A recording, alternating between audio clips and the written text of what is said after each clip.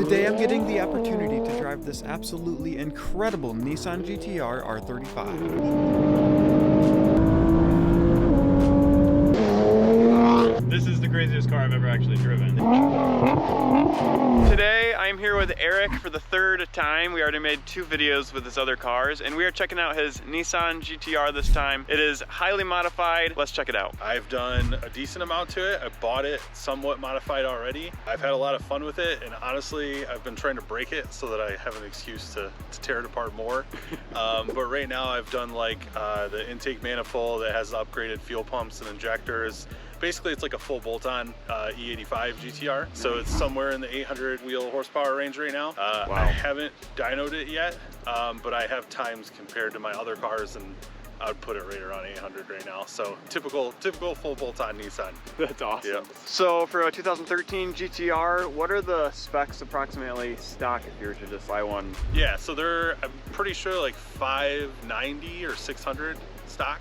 Okay. Horsepower. Gotcha. So this one's up a couple hundred from there. And again, it's really not, there's not a lot of like engine work required to get to that level. You can get to about 800 to the wheel on these just with bolt-ons. Wow. So it's pretty impressive, the kind of power you can get out of the stock motor on these. But again, you know, my goal is to blow it up, so I have an excuse to do more, but we'll see how that goes this summer. That's awesome. So we'll be driving it hard today.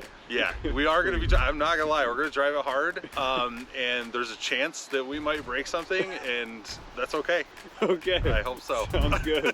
So as far as times with this car, do you know like your 0 to 60 or 60 to 130 times? Yeah, so I haven't done a 0 to 60 draggy in this yet. I know stock, they're 2.9, so I would hope somewhere around like 2.5 on it. I can tell you that it launches very violently with the all-wheel drive. 60 to 130 is about, you know, like 2 seconds, which is somewhere around 6 seconds. I mean, we're gonna go 60 to 130 like 2 seconds, so, oh my gosh. Similar to my Corvette, so, you know, like 2 seconds, but about 6, yeah. So I see your wheel and tire setup looks pretty aggressive. What do you got going on there? Yeah, so the car had welds on it when I bought it. You know, I'm sure a lot of people would be like, oh, you should have welds all the way around or whatever. Sure, I would like to have welds all the way around.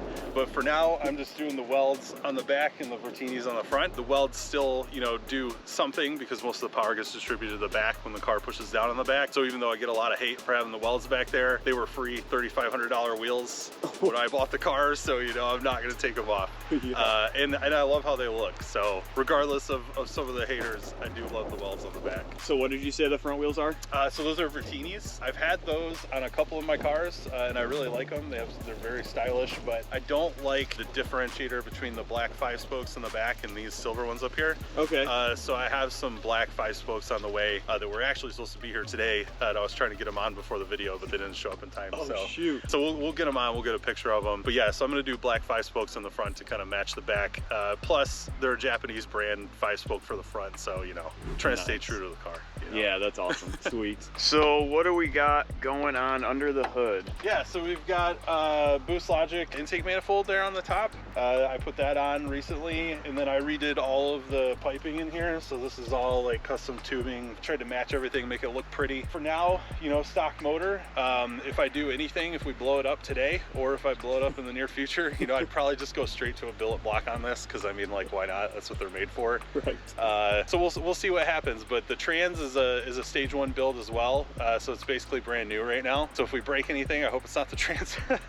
But yeah, so you know, obviously the throttle bodies are like super ugly. They drive me nuts, but we'll get there. But yeah, I put the GoFastBits blow-offs on it. Those sound incredible. You know, this car, it shifts so fast, you don't get the blow-off sounds between the gear changes, but you can kind of like rev up and let off and it'll still make that whoosh sound. So that was one of my primary things, was like, how do I make it make noise? So that's where I'm at with it today. Speaking of sound, what exhaust do you have on here? Because I know it sounds crazy. Yeah, so it's the 4-inch HKS, like all the way back, titanium exhaust. The previous owner had put it on there. This car doesn't make enough power to like fully utilize it, but it still sounds sick. So, I mean, I love it, and hopefully one day I'll put enough power in it to warrant having it on there. But for now, I just love the sound. Yeah, so. Sweet. If I wanted to build one of these, about how much would it cost me to do this? Yeah, so like there's a pretty big price range with the GTRs because they've been made for so many years, like the R35. So depending on like the year and the mileage and stuff, you'd be anywhere from like 60 to 100 depending on, you know, the model and what it's got done to it already. If you're gonna buy like a priced average one, I'd say about 70K, and then, you know, this car has roughly 15K in mods on it, maybe down to 10K if you bought some used parts. Okay. So you're somewhere in like the 80 to 90 range probably for a build like this with this kind of power. That's insane. I mean, it's not cheap, but that is really good for the performance you're getting.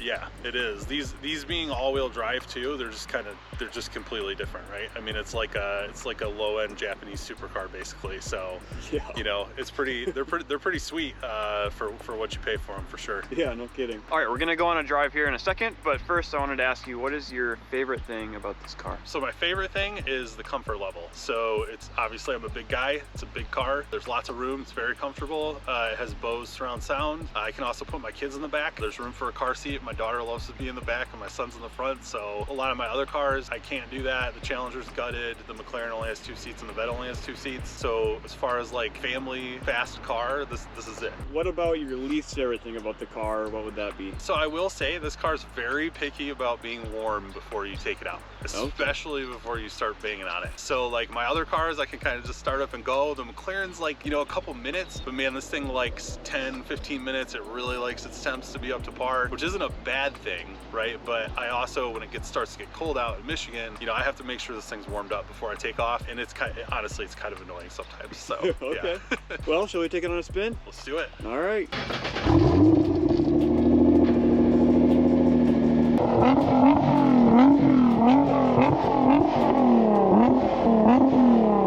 Sounds pretty rowdy. That sounds so good. It is really comfortable sitting here. I love the blow-off sound. That sounds so good.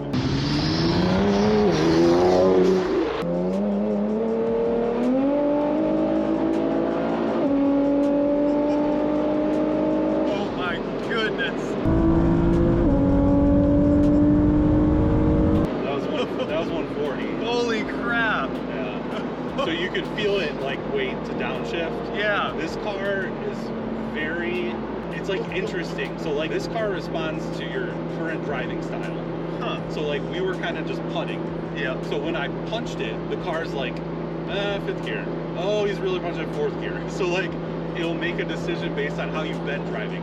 But now, if I punch it now, it'll drop straight to 4th gear. Really? Because it knows that I'm trying to go fast. That's crazy. So like the TCM really learns. This truck behind us, look at him. Holy crap. Yeah. He is tailing you. Yeah, this car, like a lot of people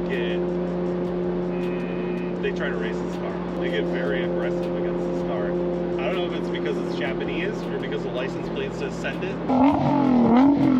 Right, so The license plate probably doesn't help. That's funny. I'm kind of inviting people to send it. Yeah. So I think what we'll do, because I wasn't kidding about, like, I'm not gonna lie, I wouldn't mind breaking this car because it gives me an excuse to build it more. So we're gonna get off at a road in Mexico that I like. Okay. And we're gonna do a pretty hard launch. Like, awesome. Like a pretty low speed launch. Okay. I'm not gonna boost control and launch it. Yeah. Or launch control and launch it, but I'm gonna launch it from pretty low speed. So I like to be safe when I do launches regardless. Oh, yeah. Right? I only launch where there's room. This road, as you can see, there's 5 lanes. So there's lots of room for like corrective action if you need to. Yeah. And it's very flat, straight. It's a really good road. So we've got a little room here. We're gonna be kind of violent. If the car breaks, I'm probably gonna laugh. Don't worry. If we get pulled over, I'm not gonna laugh.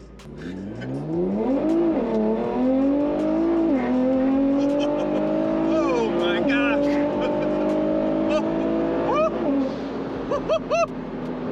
Woo! That's 120. Oh man.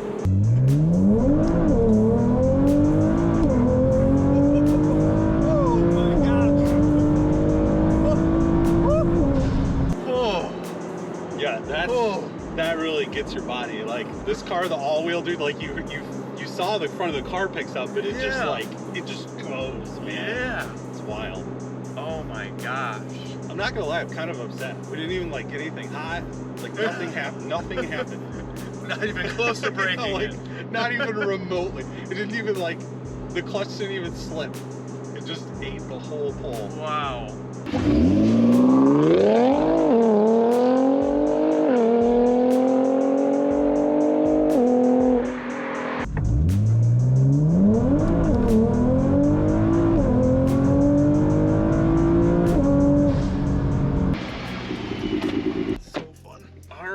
right. My turn over here. I'm gonna have to adjust your seat. Yep, you're good. I'm adjusting yours too. I've driven one of these in a racing simulator. Yeah? Well, this is a little better. I believe it. Oh, you gotta go manual and paddle it. That's what makes it fun. I could. All right, Just right there you over. go. So you're in first.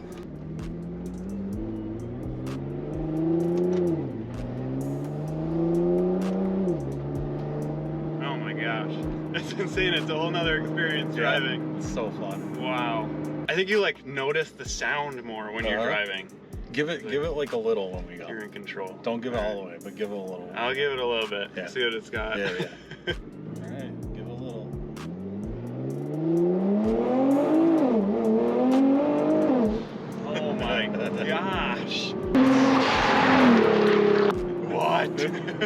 That is nuts. Have you ever ridden in this, in the passenger seat? No, Well, how's it feel? it's pretty cool. I liked it when we took off over there. That was fun. I bet. Yeah, Yeah. it's way different, man. Totally different experience. Yeah.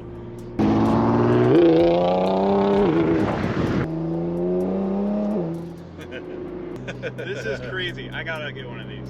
It's super fun, man. Super fun. Wow, you really do feel it totally different in the passenger seat. That's You crazy. do. Well, that was amazing. That was insane. Thank you. Yes, I appreciate for sure, it. dude. Absolutely.